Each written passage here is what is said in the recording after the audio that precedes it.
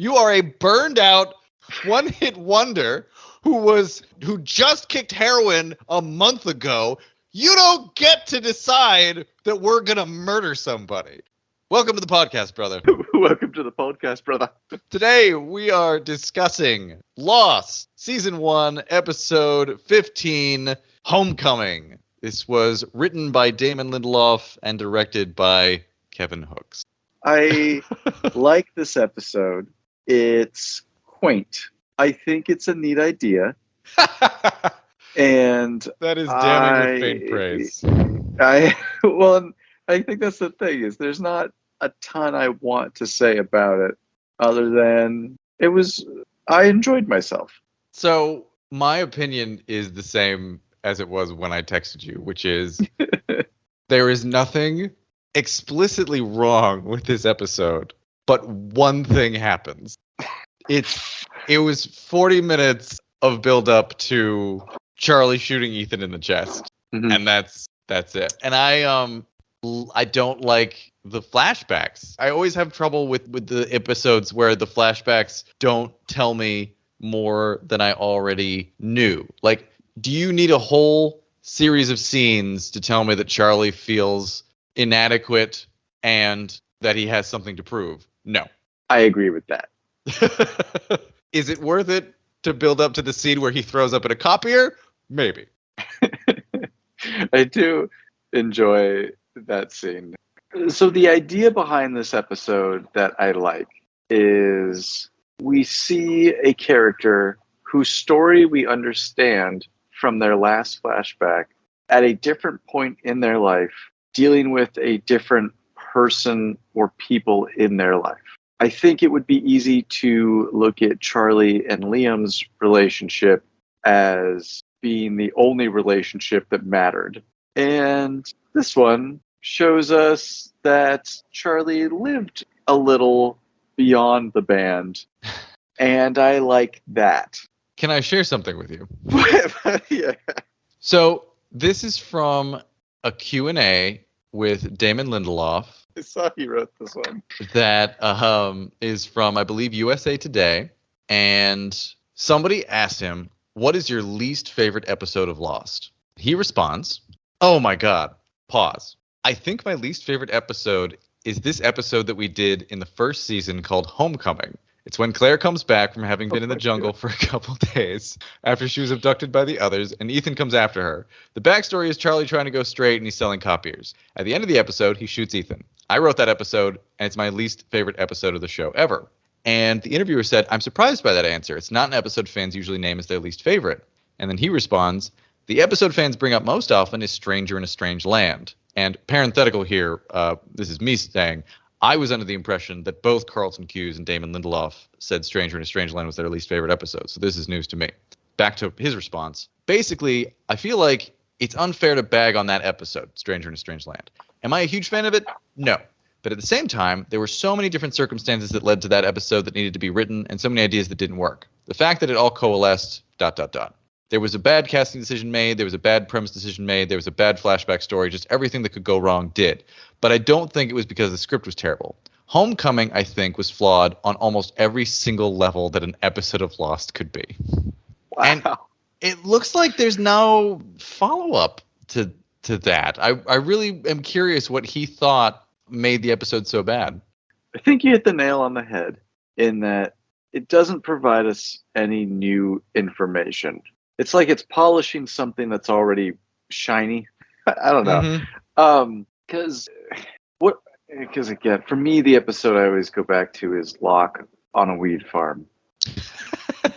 Which is just which I forget about every time you bring it up. And I think it's a bummer that Charlie, I believe we are now 50% through his flashbacks. If I'm not mistaken, is that right?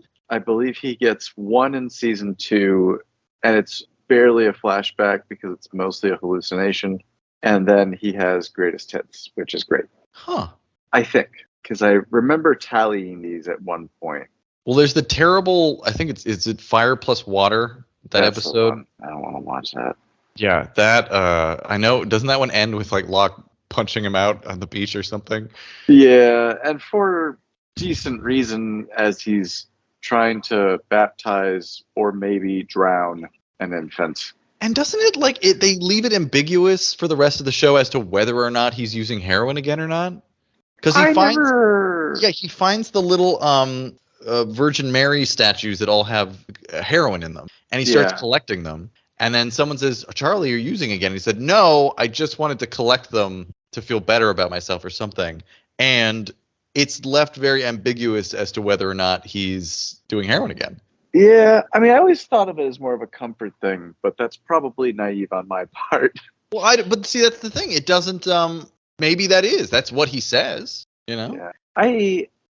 I'm already getting ahead of myself. What I liked about it was it added a little bit of flavor to Drive Shaft because it wasn't clear how long the band had been broken up.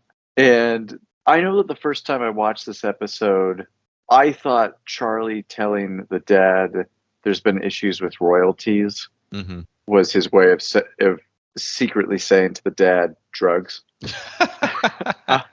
Which I guess it could mean both. But that also makes a bit more sense in terms of him being a burnout. And I liked the idea that it showed the side of addiction where people can appear high functioning and they may even try to get clean, but it is very difficult. And I felt it was similar to the religious aspect that we talked about in The Moth, where we talked about how he is a religious guy, so much so that he considers giving up Drive Shaft. And I think that's more of the core of Charlie. It doesn't give necessarily new information, but I liked that he's given a very clear target, a very clear goal, and it's that force behind it that he feels like, I want to do good. I can make this work. And I think the thing I like that nudges it above some of the worst episodes that I've seen so far, because I definitely disagree. I don't think this is worse than... Basically, there's been episodes that are definitely worse than this. If anything, it is simply more of a letdown, because I think that Charlie's a character who I would have liked to have seen his relationship with maybe their manager, maybe his relationship with his father or his mom or the band mates. Yeah, just like last one, we don't know who we have never seen the other members of Drive Shaft. We only have seen Liam. Yeah. And so it feels a little like a missed opportunity, but I did enjoy that the overarching message I took from this was when Charlie does what he's told, it's easy. Because this whole episode seems to be about ignorance, or perceived ignorance is bliss. They make this parallel with Jin and how Charlie's like, oh, it must be so great that you don't have any idea what's going on. And then you get that parallel with Claire, who, because she has amnesia, which I'm sure we'll get to, he's like, oh, it must be so great. I'll keep her in the dark because it must be so great to not know what's going on. And when he is being charming, because ultimately he's going to be, what is that called? A gigolo? Is that not... Whatever he's doing, midnight cowboying, scamming her. He's scamming her. Scamming is the word. There we go. She can live in ignorant bliss because, as the guy later says, yeah, she's gonna be like, hey, I scored with a rock god, and why would that guy who's well off steal something of mine? That would never happen. So ignorance is bliss, and it's only once he takes control over his destiny and, instead of letting people live in ignorance, he starts revealing the truth of, yeah, I think Drive Shaft is done, and I don't know what I'm going to do with my life. And the guy's like, just do what you're told. Steal the thing. And he's like, well, I got to think about my future. I mean, I haven't given up. This isn't the end of my rainbow. And even the call out to Liam having a daughter, There's probably a million other ways to have done it, but I think his attachment to Claire is the opposite of cowardice. Instead of, running away from responsibility, he's voluntarily being like, I'm going to take on the most responsibility you could possibly take with little to no reciprocation, which is taking care of a child. And I think that's an interesting story arc. It falls apart a little bit at the end when he shoots a guy dead and Claire says, I want to trust you because you shot the bad man. It's quaint. I wish it was better. I don't hate it. On a scale, this one probably gets a C- from me. Pierce, what did you think of this episode? For the record, I don't hate this episode. I just think it is lackluster and only one thing happened. Nothing in it is bad, is the thing. It's weird that it's like there's nothing in this episode that I would point to and say these things are why the episode doesn't work. It's not that the episode doesn't work. I think it works, but it's only telling us one thing. We get like a little bit of stuff here and there. We get a little bit of character stuff, but not even really. Like there have been other episodes where I don't like the episode, but there's like fun little character moments. I mean, one thing it does answer is Drive Shaft a one-hit wonder? And yes, definitively yes. I guess they had like one album. I don't know. I mean, I guess there was like they basically you could put that together. But I was curious if they'd put out multiple albums or if, You All Everybody was just their huge monster hit and like they had some other singles along the lines. But no, it seems to be that Drive Shaft really had one album, one huge single that was everywhere, and then they burned out very, very quickly. I think when I was younger and less knowledgeable about the world, I thought that it was an unconvincing turn that Charlie would go from being a quote-unquote rock god to trying to seduce wealthy young women and stealing their family heirlooms, or Winston Churchill's family heirlooms. Winston Churchill. But having lived a little bit more and having met other kinds of people and having seen however many VH1 behind the music specials there are, it's not that crazy to say this one-hit wonder burned through all their money buying smack and were reduced to running con jobs in somewhere in the UK. Unfortunately, I buy that. I don't like it. I feel like it's a very small story, but I'm also always arguing that I would rather have small, intimate character moments than big, bombastic action sequences. So, and this episode has both. This episode doesn't have the juice. Yeah, I think they recognize that Dominic Monaghan can be comedic.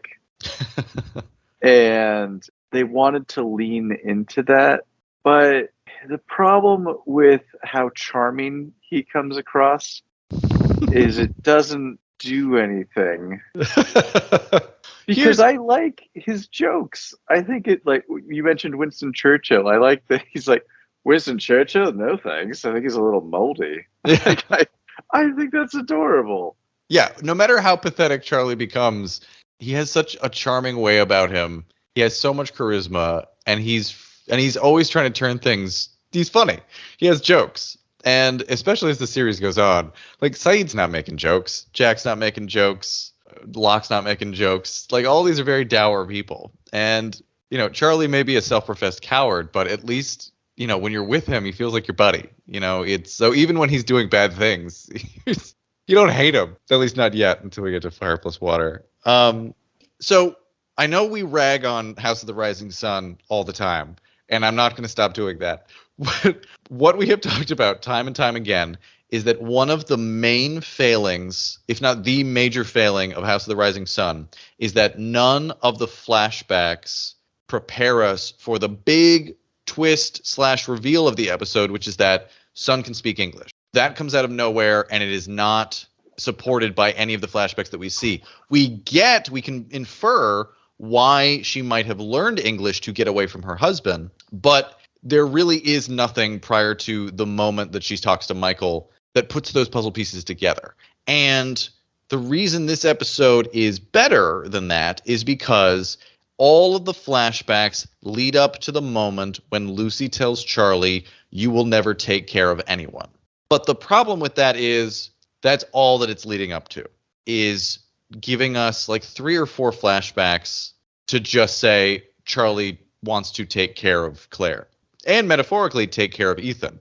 And I don't put it past Damon Lindelof to have phrased it that way, to be like, yeah, well, yeah, obviously he's taking care of Claire, but you know what you can also take care of in like the mafia way, take care of Ethan. And that's why I say the episode really just does one thing. And the one thing is Charlie guns down Ethan. And you can tell it's a decision they kind of regret, because Ethan shows up in so many flashbacks later on to the point where you're like, I think the show really wishes they hadn't killed this guy off. This is the elephant in the room that I would love to address before we should probably do an intro. Oh, we do anything. Oh, yeah, we should. We really just got into this one. I would say it's definitely an outlier to what we've seen, and I don't think it's in a bad way. But yeah, we got to talk about Ethan. Because, oh my God, if ever, I don't know why people stretch to say that this show was planned, because all you need to do is look at Ethan and say, obviously there was no plan. Because what makes you say that? None of it makes sense with what we find out about Ethan later. It reminds me of how committed to memory have you committed Team 4 Stars, The World's Strongest? I've seen it a few times. Okay. When they paint this picture of the doctor, Oh, yeah. and he was made for hugs. Yes, you know exactly where I'm going with this. Yeah. That, to me, is Ethan.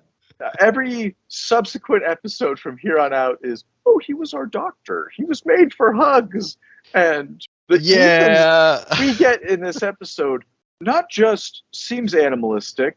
That on its own, you could chalk up to, oh, it's the character's perspective. No, because then we get Locke, Saeed, and Jack all verifying that Scott has his neck broken, both arms broken, every single finger.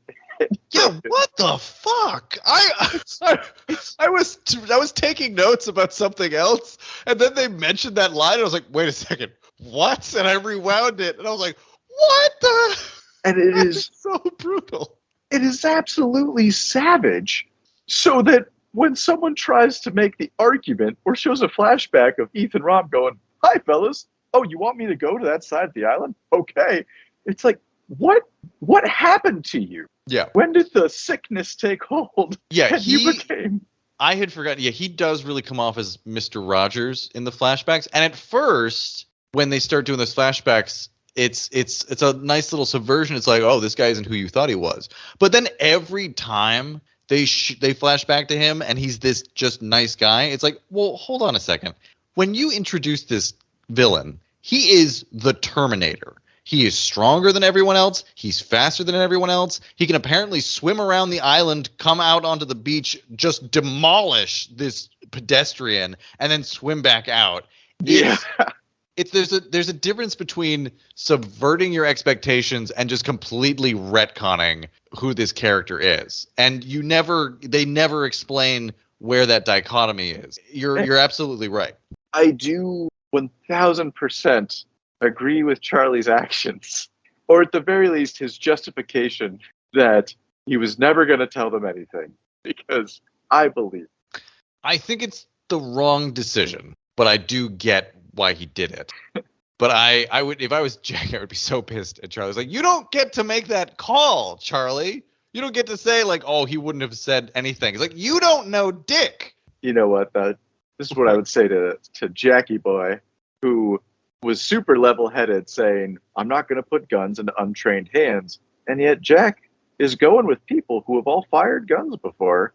And sure enough, Jack's the guy that loses his gun, allowing Charlie to pick it up It's all Jack's fault. It is all Jack's fault. Jack has no idea about anything to do with guns. And I get Jack's the leader. They're Jack's guns, I guess. But for him to, number one, not include Charlie, and then number two, give a gun to Sawyer instead of Kate. I think it's implied Jack doesn't want Kate to get hurt because he loves her and she's his Nuffle bunny. I get it. But Kate knows how to handle a gun. And the fact that Sawyer is the one to hand her a gun, that puts Sawyer so high up on the love triangle scale. Like, I don't, it's just, it's a bad call by Jack. It's a very bad call. You're right. It is his fault. He does wrong here. I love that sequence so much. Because it also, Jack's just so petty because Sawyer, rightly so, boasts, I know a polar bear that seems to think I can handle a gun. And then when this whole exchange happens, Sawyer mentions, well, I have this extra one from the marshal, if you remember him. And Jack's like, yeah, I do. You shot him and you missed.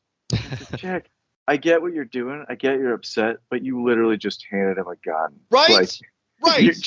He fired at the marshal point blank and still didn't kill him. And he's the one that you give a gun to. Kate standing right there. What is wrong with you?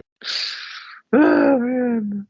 The reason an episode like the previous one, Special, works is because Special is a story about something. It is a story about a father feeling shut out of his son's life and feeling inadequate and trying to get back in and then being thrown back in and trying to do the best that he can. And this episode didn't feel so much like a story as some things that happen. Charlie conned this lady once. Charlie feels protective of Claire. People get guns. Charlie shoots Ethan. Like, what's the story for this episode? You know? Yeah. All right, let's run through the recap, and we'll wrap this up. We'll try to get through this. We start with Charlie waking up in the caves. We hear people yelling. Locke brings Claire to Jack. She wakes up with a scream and doesn't recognize anyone. She has amnesia. Woo. The last thing she remembers is being on the plane. Convenient. Jack says they've been on the island for nearly a month, and we get a rare instance of Jin and Sun being subtitled. Yeah. Jin asks about Claire and the baby and gives a meaningful look to Sun. Is Sun pregnant? Boone says Claire was gone for almost 2 weeks, which is longer than I thought. Charlie tells Claire that Ethan is the bad guy. And I put in parentheses here, Lindelof, because it feels very much like it's like Charlie is explicitly saying, he's the bad guy. Will this be subverted later? Maybe. Remember that I said that. He is going to savagely murder Scott. Claire asks if she and Charlie are friends. We get our first flashback. Charlie is not snorting coke. He is snorting heroin. I wrote down, I don't know if they're doing coke or heroin because I don't know how drugs work. But later on, his friend Tommy says that he's been using his skag, and skag is a nickname for heroin. Anyway, and we set up that he's going to pretend to like this lady in order to get money from her. He is pretending to be interested in her so that he can steal something valuable from her home, which seems, again, I am not going to poke holes in the plan of opiate addicts. I get it. It's a horrible thing. These guys are ridiculous, though. Anyway. I forget if it's this flashback or the next one where Charlie says to the guy, how do you get all this information? Yeah. And I don't remember now, but I think the guy just kind of blows him off. Oh, yeah. No, it's never. Yeah. One thing I want to mention, because we actually just blew past it. This episode, some good luck. Right before this flashback, Boone, he has this line where he says, we were out there pretty deep. Nothing's out there. Mm-hmm. And it cuts to Locke, and he just looks at him and he gives him this smile. And it's like, oh, God, you love this. You love the mystery. It's just he's so in his element. Yeah. And certainly even as he develops his own plan of attack, that is most apparent. Yeah. Uh, He has another little smile when he gets the gun from Jack, which is also just great. Now Yes. I have a gun. I wrote that down as well. Back on the island, Saeed floats the idea that Ethan, being intelligent, sent Claire back for some purpose. That's a good point. He asks Jack how many times selective amnesia actually occurs among patients, and Jack admits that it's rare, but Claire's been through a major trauma. I feel like we've had like a lot of episodes of Jack being cool and friendly, and this episode Jack just comes off as very dumb and not a good leader. And he's just like, well, yeah, I mean, technically you're correct, Saeed, but what if she has it anyway? I like though that they are deliberately trying to tell the audience, hey, I know this sounds like a soap opera, but here's why it's different. The only other note I have for this scene is Charlie mad. Oh, okay, no, yeah. I do think this scene is some neat foreshadowing for everything that they talk about gets recycled for Michael. Mm-hmm. I was thinking about that. Yeah, yes, you are right. We get what I believe is the first scene between Charlie and Jin. I can't recall any time that they've shared the screen together and they've actually had like dialogue together. And this scene is just cute because, if I'm not mistaken, he says "Anyan" or something. Like people around the caves are learning some Korean or something. Yeah, because they were saying Anyang is the word for the caves, right? I think so. Yeah. Which I'm confused by because I've seen Arrested Development so much that I thought that Anyang actually meant hello, but I don't want to base what I know about Korean on Arrested Development. Well, no, but I mean that might be right too, because frankly that makes more sense. Because then that would be less, hey, share your culture, and that could easily just be Charlie in the same way that I know Konnichiwa without ever having taken a lesson in Japan. Maybe Charlie's just, yeah. Well, it's still, you know what? He's making an effort. Charlie rambles for quite a long time about how nice it must be not to be involved in island politics. When we hear a whooshing sound and Jin is knocked out by a slingshot. And can we just talk about, God. Here's what upsets me about this is that I assumed that Jin got hit in the head. Yes. By the slingshot. And later, he has his shirt off in the caves, and Sun is rubbing his chest. Uh-huh. Why? Because apparently, if you get hit in the chest, it makes you pass out. There is later an almost identical thing of Shannon rubbing Saeed's arm at the end of the episode. And I'm like, what is happening? Who's getting... What is this just a general... This is what women do in the caves, is they just gently daub at minor wounds on the men's torsos. I don't... Oh, Saeed, you must have scratched your arm when you were up in that tree and climbed down. That's the thing. So I was like, did I miss something? Did he get hit by Ethan? It's like, no, he just like had to scramble down the tree real quick and he got his scrape. I do think it's cute that him and Shannon are together. I'm still shipping those two, so it's fine. But it is weird that it happens, like it's the exact same thing happens to two different couples. Ethan approaches with the sling. How traumatizing must it be to be approached by someone who tried to kill you and very nearly did it? Charlie handles it very well as he immediately tries to attack Ethan, but it goes so poorly. Ethan, in full Terminator mode, just picks up Charlie and just holds him against the tree in a chokehold, and he threatens to kill one of the socks for every day that he doesn't get Claire back. He's a psychopath. This is not good bedside manner. I don't know. I don't know what kind of doctor this is. Yeah. Jeez. And, they make him doubly menacing because I do remember, we learned this later, but when Claire escapes him, she scratches his face. Mm-hmm. But, those are the little details that I do enjoy.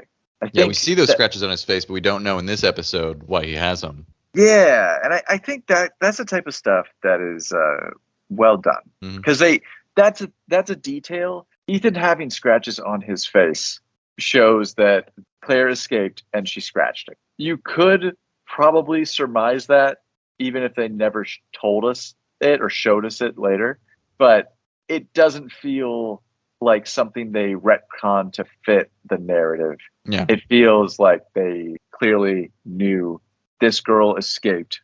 And this is a defensive wound. Charlie immediately runs to tell Locke and Jack. He and Jack want to go into the woods and hunt down Ethan. And Locke brings up all of the good questions. He says, what if Ethan's not alone? What if he wants the survivors to gather in one place so Ethan and his buddies can just slaughter them? And Jack asks to hear Locke's plan, but he says it in kind of a shitty way. He's like, well, John, you clearly already have a plan. Let's hear it. Like, Jack, your plans are not working, so listen to the man who actually goes into the jungle on a regular basis. We just talked about this. In the cave, Sun is washing a shirtless Jin, and... Did you catch, though, that Jin refers to the Losties as the others? I mean, he brings up the point that, they're constantly getting into trouble, and he got hurt because of their issues, which I think is a little unfair of Jin, but he's frustrated. I get it. He doesn't speak the language. Yeah. This episode almost feels like he has a sense that Sun understands what's going on better than he does, but it doesn't really do anything with it. Because when he's like talking about Claire, he's like, what do you think they're saying? And she's like, I think everything's fine. They're talking about this thing. And he just looks at her like, yeah, what else do you think? But yeah, it's like they're playing with the idea that maybe he suspects his wife is being unfaithful, but as we discover, no, Jin is a great guy and is nothing but dutiful and loving and trusting. We don't know that yet. No, I know. Claire says no one will talk to her. We get our next flashback. Charlie comes back from a date with Lucy and starts scoping out her place for valuables. In the caves, Kate tells Jack it might be time to bust out the guns. Whoa. Okay. We could talk about that flashback. Is this a UK thing that after the first date, they proposition someone to meet a member of their family? That does seem a bit fast. That does, yeah. Okay. Jack makes the astute point to Kate that they have a much higher likelihood of shooting each other than Ethan. And we see Locke and Saeed putting together some snare traps. Saeed seems skeptical of Boone being on sentry duty. Saeed does not think much of Boone. Charlie tells Jack that he feels responsible for Claire being taken, and Jack tells him that nothing will happen to her. Our next flashback is okay, pause. Because I was like, it feels like this line was written for you.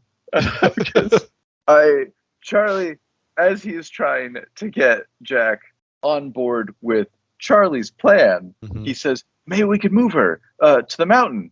There could be another cave. This felt like he's in the same boat of, you love caves. There could be a cave. We could all go to the cave. I was laughing so hard at that I didn't even write it down. So come on, Jack. Come on. Caves? Cave? You love caves. Jack's like, come on, don't get me all hot and bothered thinking about caves. I'm trying to put together a plan here. Don't distract me, Charlie. Did you see the cave? Where is it? Yeah, Charlie wanted to go into the mountain.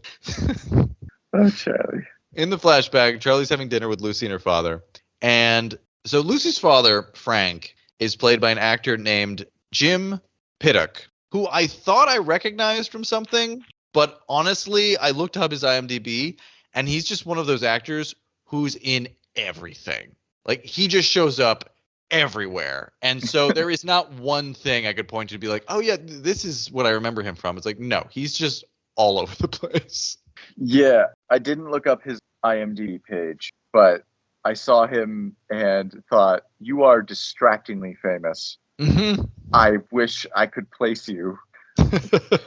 Yeah, he was a big theater actor, and then he started showing up in movies, and he's usually he'll be in like a scene, but he's in so many scenes, in so many things. Charlie confesses that it's been a year since the band was together, and there's been an issue with royalties, and that happens. I believe him on that. I think that it's obviously he did burn through all of his money on drugs, but stuff like that definitely happens all the time. So he takes a job selling copiers, and his friend Tommy says he's been letting Charlie get off on his skag on spec, then proceeds to spell out their entire scheme as if it was not already very clear to us. And then he asks how he's going to handle his job on Monday without a fix. I liked all of this except for that whole exposition part where it's like, in case, like Lost usually doesn't do this, at least it hasn't done it up to this point, where it's like, I'm going to restate everything that we already said in that last flashback in case it wasn't already abundantly clear, which it is. Yeah. You're also making me realize with how you're describing this, how it almost seems like this could have been rewritten slightly to be Sawyer's origin story. Since, in Sawyer's case, he was devoted to finding someone, but then as we found out when he was like 19 or something, he owes a bunch of money and winds up hustling a lady. But we also know that Sawyer is a con man, so it works. And Charlie is not. And yeah, maybe that's even something that would have been better, is if there was a storyline between Charlie and Sawyer. It's like, here's how a con man did it, and now here's how someone who's not a con man does it. So maybe that's the kind of juxtaposition it needed. Anyway, just a thought as you were mentioning this. Back on the island, our heroes are keeping watch. But Boone is tired, and he goes to sleep. And then in the morning, the trap triggers, and he runs into the jungle, and it's Vincent. And at first I thought Ethan had sent Vincent out to trigger the trap, but he was in the ocean. So Vincent was just coming back to say hi.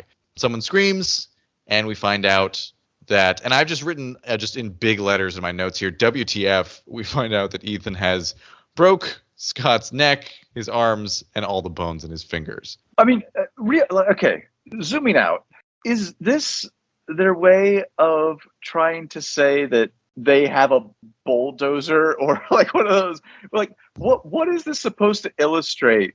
Just like that he had the time to do this, or maybe there was multiple people, or he is just a savage fucking monster. That's what it is. It's not only did he kill one of the Losties, he broke him into pieces.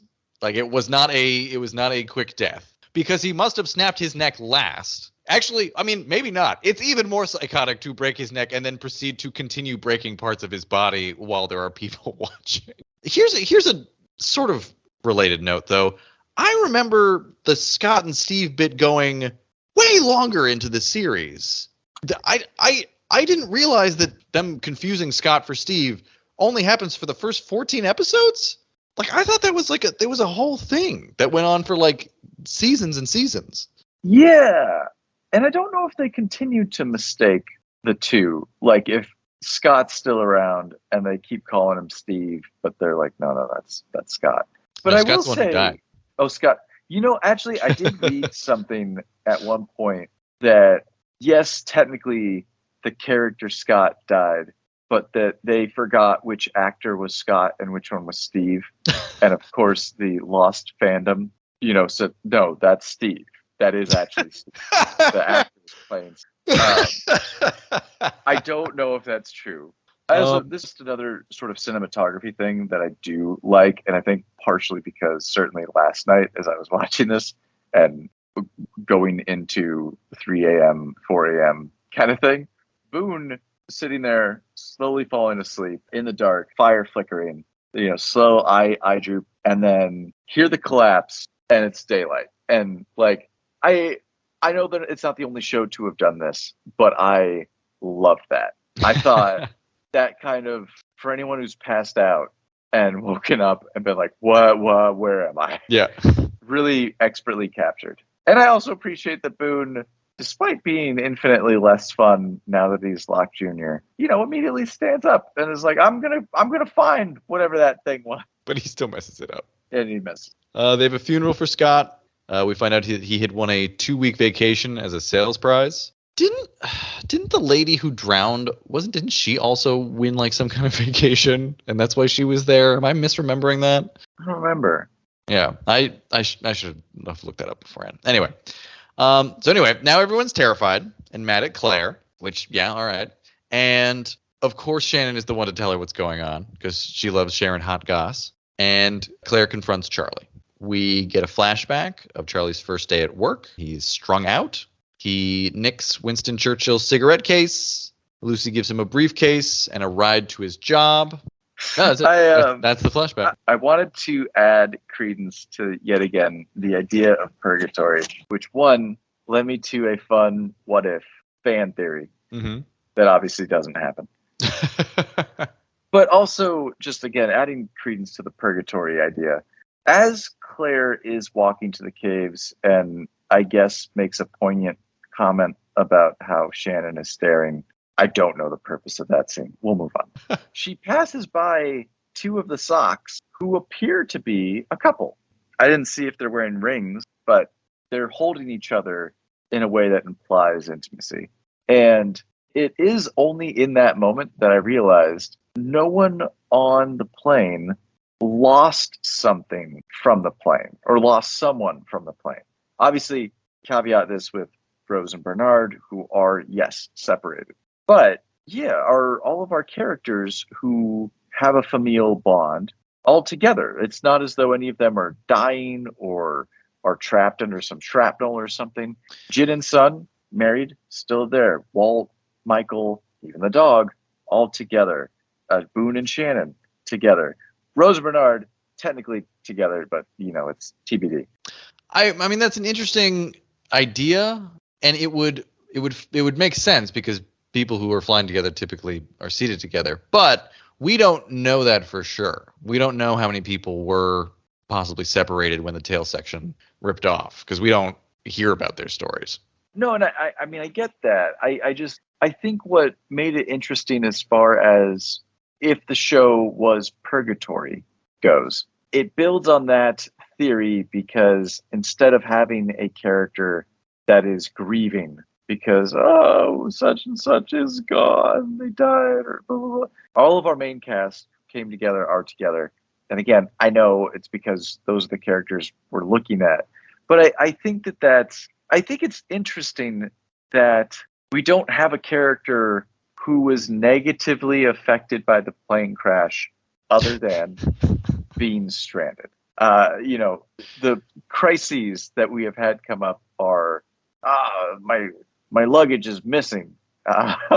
It's not as though Boone and Shannon, when the plane crashed, Shannon's leg was broken, and now Boone is tending to her, and that's look what happened because of the plane crash. Like I don't know. I just think it adds credence to it being purgatory that everyone showed up together. Yeah, I'll take that. Jack asks Locke if he can track Ethan. Locke says, "No way in hell am I going to do that. This guy is more than a match for us." Jack takes him to the guns. They both give very almost comical looks around before Jack goes to get the briefcase. I also just say this is such like a pet peeve of mine is when Jack does take Locke to the guns, because it's not as though he says, "Follow me." It's what is it? Locke says something to the effect of, "Don't really feel comfortable going out there. We're underprepared." And Jack's like, "Well, what if we weren't underprepared?" And Locke's like, "Do you have a plan?" Jack says nothing, just plays with the key on his neck and walks, and we just cut to I'm just like, how hard would it have been to be like, I may have an idea, or I got something. Like something that indicates, I got something, instead of, because I don't know. If someone if it was real life, you would just be looking at their back being like, "Are you going to the bathroom? Do you want me to follow you? I'm very confused." Yeah. Yeah. But it's, it's like, it's show business. Yeah. Locke seems very pleased to get a gun, and Claire agrees to be used as bait. God, I love Locke with a gun. I will say, this is one of the things I've loved about the John Wick movies is, especially when he does this one-handed cock thing. Have you know what I'm talking about? Yeah, I know okay. And I remember like reading about this because I'm like, is this something that they developed for the show or movie or whatever? And it's like, no, with that specific model, you got to do that because it often gets stuck. It's like, God damn, that's awesome. Yeah, seeing Locke just take it apart, put it back together, and then, as you said, give that smile. I was like, Locke. He's got some great moments in this episode. But it's funny though, is that I don't know much about guns, but I also just would think it was funny if Locke like did all those things. Like he moves the barrel, or I guess it's not a barrel, whatever it's called, the shaft mechanism, and then he like looks down the barrel, just like, nope, I don't know how to use this. It just gives it back to Jack. Anyway, we get a flashback. It's a horribly embarrassing scene of Charlie failing to use the copier and then vomiting into it. Do we have anything to say about this scene? No. Back on the island, we've talked about this already. Jack would rather give Sawyer a gun than Charlie or Kate, and Sawyer gives Kate a gun when Jack didn't. Jack clearly doesn't want Kate to either come or have a gun, but she's coming and she has a gun, and we get a nice ominous shot of some clouds. Always appreciate. Yeah. And followed by Claire walking alone in the rain. Not really alone though, because friends are all very clearly poking their heads out of the trees. And Ethan crawls out of a tree like a troll. It seems like, as savvy a hunter as he has been portrayed as up until this point, he just comes off as a dumb animal right here. Like, I would have expected him to, like, show up behind every single one of our heroes and just, like, knock them out. And that's when Charlie shows up because he's the only one who wasn't invited. But, no, we have to have our rematch with Jack, which I think was more important to Jack than keeping Claire safe, to be honest with you. Oh, for sure. Jack has that Saiyan blood. Where he lost and he comes back stronger. He got that Zenkai boot. Yeah. Oh, God. It's just, Ethan, if they were going to stick with a Rousseau's team got sick, it really seems like, even just in this episode, Ethan goes from Terminator to, as you said, an animal. Just or a troll. A troll is a better way to describe it. It's like the way he just comes out of that tree. And he's a doctor and pediatrician. Yeah, damn good one. Doesn't Juliet get real sassy with Jack or somebody who's like, we had a doctor. His name was Ethan. It's like, your doctor was a fucking psychopath. Don't get sassy with me. He killed Scott, stole Claire, and was generally unpleasant. You don't get to be sassy about this. No, he was real good with Claire. He took care of her. He was trying to help her. You don't understand. Like you at no point, because we even like in the second season we find that the others like take all the tail section people and just go like, hi, we're the others. Come join us here on the island. Everything's great. We're not gonna go with those dirty beach people though. Those people can kick rocks. God damn it. I also, and this is something that, I don't know if it's worth complaining about, but I think the first time I saw this, I was like, Jack's a big dude. He's in shape. Sure, he can beat up Ethan. He can keep punching him until he falls down. But let's think about this. Jack is a spinal surgeon, which means the most important thing about him are his hands.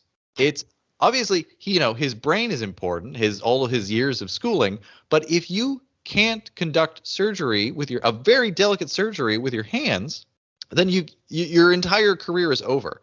So Jack would not be participating in any kind of contact sport like boxing. What we know about Jack is this makes sense that Jack would want to beat up Ethan, but in a very real sense, Jack should not be using his hands for anything remotely close to punching somebody repeatedly in the head and body. Like, it's like, Jack, you don't know how to fight.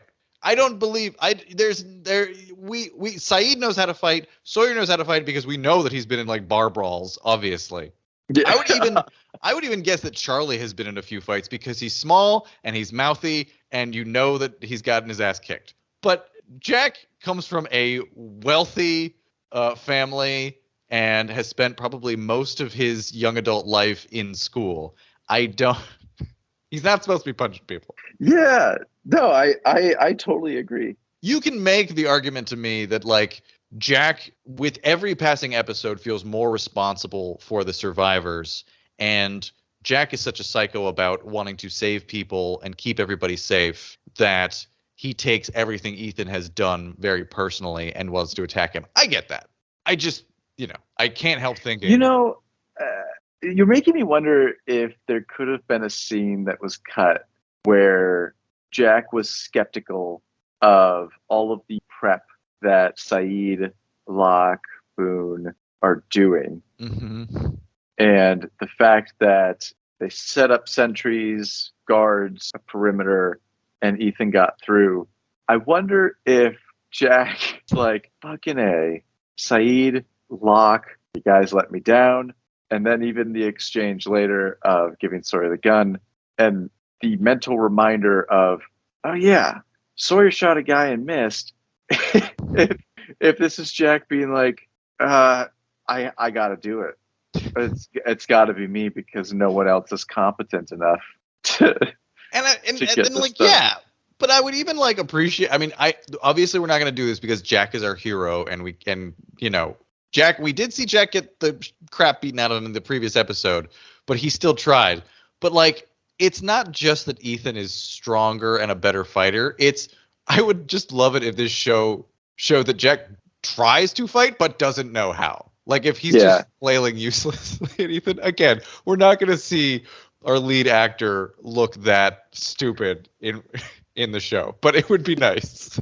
This isn't the right time for me to mention this, but I know it's something that bothers me specifically with Lost. The gun usage on Lost that starts closer to the end of this season and then just becomes the norm is all characters start to just take a gun and just stick it in their butt. And I get it. There's no holsters.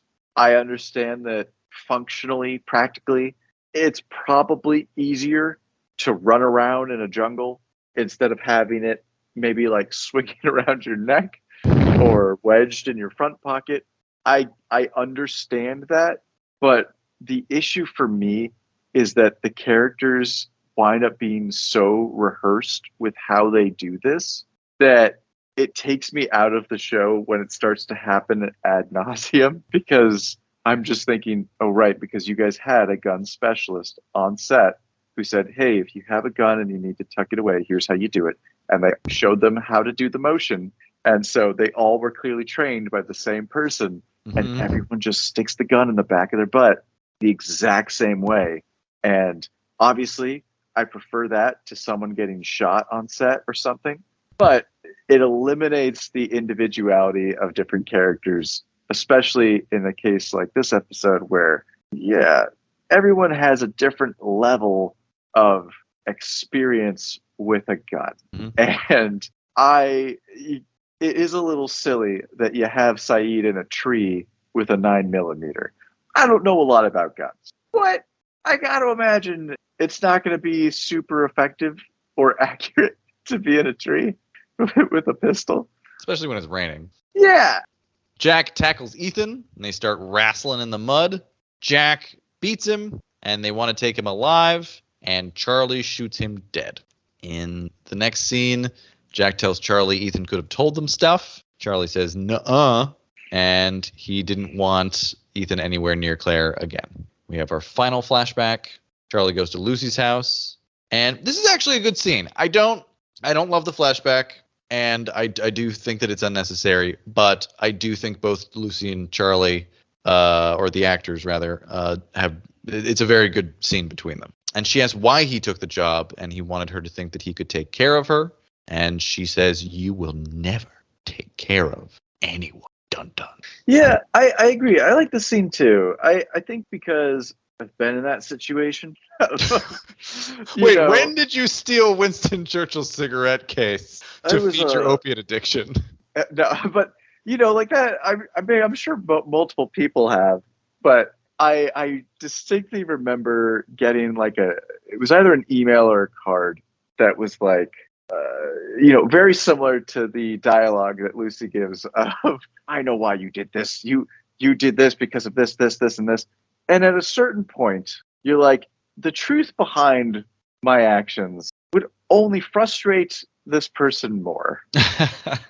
And so the best thing to do is to say, you're right. What was I thinking? And just let them go. Charlie deserves to tell that person that he is a monster And she needs him to say that so that she can move on. And that's the high road. And I think it's one of the things that makes me so fascinated with addicts, because I still adore the AA step. It's like, I forget what step it is. I think it's the fourth, where they have this beautifully arranged caveat where they're like, make amends. And then it's like, I don't think these things are ever written, but in my head, I imagine this fat asterisk. And at the bottom, it says, unless it would cause more harm. Mm-hmm. And I think about that with so many things. This example being one of them. I think it is this final scene that just it sparks the emotions. Because he's really hurting, and he's really, because it does seem silly on its face, that because she even asked him, she's like, why did you take the job? You could have just stolen the thing. And he's really just like, I know that was crazy. I wanted to prove I could take care of you and be respectable. She's like, that makes it so much worse. Yeah, well, because I think so much of it is that he saw the future, and just you can't have two mistresses. In his case, the Lucy as well as the heroine. But you're making me realize Lucy is probably a reference to Lucy in the Sky with Diamonds. Yeah, you just because you were like, oh, Tommy, probably a reference to Tommy. It's like, oh, and Winston Churchill is a reference to Winston cigarettes. When he was in a band before Here's my question. I should have looked this up beforehand. I know Winston Churchill was a cigar smoker. Did he also smoke cigarettes? I mean, everybody smoked cigarettes back then, so probably. Yeah, that is interesting. That does feel like a weird thing to make up if they did. I didn't think twice about it. It was like, it's like, oh yeah, it was passed down by Winston Churchill. It's like, oh, and I accepted it. I just, sure, why not? The UK is a small place. It's kind of like, it's such a random thing, because like, as far as I understand, Lucy's family wasn't, I mean, all those families are related to each other on some level, but it would be like you just meeting a random rich person being like, oh yeah, I've got a George Washington snuff box right here. You do? Yeah. Ow. Why? Where did you get that? That should be in a museum. Yeah. Just to finish up, in the final scene, we see Shannon cleaning a wound, I guess, on Saeed's arm. And Claire goes up to Charlie and says she remembers peanut butter, but she doesn't remember why. And she says she wants to trust Charlie. And we kind of just end on this sort of ambiguous expression that he gives her. And that's it. That's the episode.